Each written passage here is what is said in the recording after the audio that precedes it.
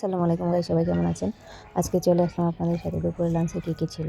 আর এখানে দেখতে পাচ্ছেন আমি এক গাদা ভাত আর কাঁচামরিচ আর হচ্ছে একটা ভাজি নিয়ে বসে গেছি। আর সেই ভাজিটা হচ্ছে কুমড়ো ভাজি। সবাই চিনতে পারছেন। কার কাছে কেমন লাগে কুমড়ো ভাজিটা অবশ্যই কমেন্ট করে জানাবেন। আমার কাছে কিন্তু কুমড়ো ভাজিটা বেশ মজা লাগে। আর এই কুমড়ো ভাজিটার মধ্যে আমি হালকা একটু চিনি দিয়ে থাকি, যার কারণে একটু বেশি ভালো লাগে। কুমড়ো ভাজিতে আমি চিনি আর কাঁচামরিচ, শুকনো মরিচ বাগারের মধ্যে দিয়ে অনেক মজা লাগে এই ভাজিটা খেতে। আমার খাওয়া দেখে বুঝতে পারছেন ভাজিটা কেমন হচ্ছে। তারপরে নিয়ে নিলাম আমি একটা মাছের পেটি। যে কোনো ধরনের মাছের পেটিটা আমার কাছে ভালো লাগে। মাছের পেটিতে হচ্ছে তৈল বেশি থাকে, আর যার কারণে খেতেও বেশ মজা লাগে। দেখতেই পাচ্ছেন আমি আপনাদের সাথে ভিডিওটা শেয়ার করার সময় গপাস করে খেয়ে নিচ্ছি। এই খাবারটা অসাধারণ টেস্ট লাগে আমার কাছে। কার কাছে কেমন লাগে জানি না। এটা অবশ্য কী মাছের পেটি সেটাও আপনাদের সাথে শেয়ার করছি। এটা হচ্ছে একটা পাঙ্গাস মাছের পেটি।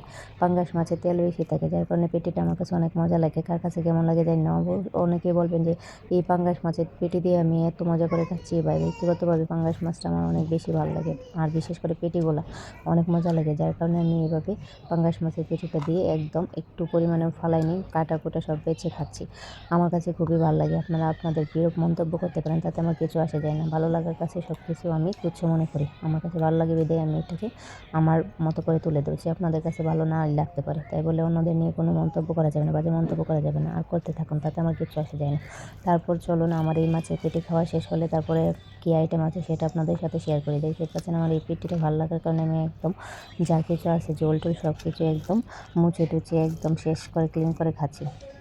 এই পর্যায়ে আমার মাছের পেটি দিয়ে খাওয়া শেষ হলে আমি আরেকটা কাঁচামরিচ ভালোভাবে এইটার সাথে খাচ্ছি, আর ঝাল লাগছে, অনেক মজা লাগছে। তারপরে নিয়ে নিলাম হচ্ছে লাউয়ের তরকারি। লাউটা রান্না করেছিলাম শোল মাছের মাথা দিয়ে। এই লাউটা অনেক মজা হয়েছিল রান্নাটা।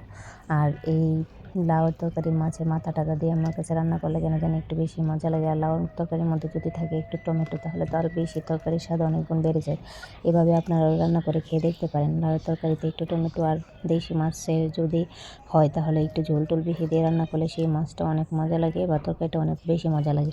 এ পর্যায়ে আমার খাওয়া দাওয়া দেখতে পাচ্ছেন একদম শেষের দিকে প্রায়। আমার এই তরকারিতে আজকে মোট 3টি আইটেম ছিল। এটা হচ্ছে কুমড়া ভাজি, কাঁচামরিচ ছিল, কুমড়া ভাজি, তারপরে হচ্ছে মাছের পেটি, তারপরে ছিল লাউয়ের তরকারি।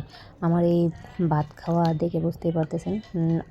অনেকে বলবেন যে আপনি এত বেশি ভাত খান। হ্যাঁ, আমরা বাঙালি, আমরা হাওরের মানুষ। আমাদের 3 বেলাতেই ভাত লাগে। আমরা সকালে বা রাত্রে কোনো ধরনের রুটি টুটি এগুলো খাই না। আমরা 3 বেলায় ভাত খাই। 3 বেলা ভাতের মধ্যে দুপুরের খাবারটা একটু ভারী করে খাই। দুপুরের খাবারে গরম গরম ভাত রান্না করে তারপরে হচ্ছে গরম গরম ভাতের সাথে কয়েক পদের তরকারি লাগে। মাঝে মাঝে 2টা তরকারিও খাই। কম হলেও 2টা তরকারি আমাদের সাথে থাকে। দুপুরের খাবারটা একটু ভালো করে খাই। দুপুরের খাবার দাবার শেষে তারপরে আমরা একটু রেস্ট করি, আড্ডা দিই। কার কাছে কেমন লাগে কার দুপুরের খাবার? আমি জানি বাংলাদেশের বেশিরভাগ মানুষ এই দুপুরের খাবারটা একটু ভালোভাবেই খায়। অনেকে সকালে খায় না, কিন্তু শহরের দিক দিয়ে আমরা গ্রামের মানুষরা সবসময় দেখি দুপুর সকাল রাত কোনো বাছাবাছি নেই, সবসময় আমরা ভাত খাই। তারপরে দেখতেই পাচ্ছেন আমার তরকারিগুলো অনেক মজা হওয়ার কারণে পেটটা আমি কীভাবে মুছে টুচে খাচ্ছি। অসাধারণ লেগেছে আমার কাছে। আপনাদের কাছে কেমন লাগছে ভিডিওটা?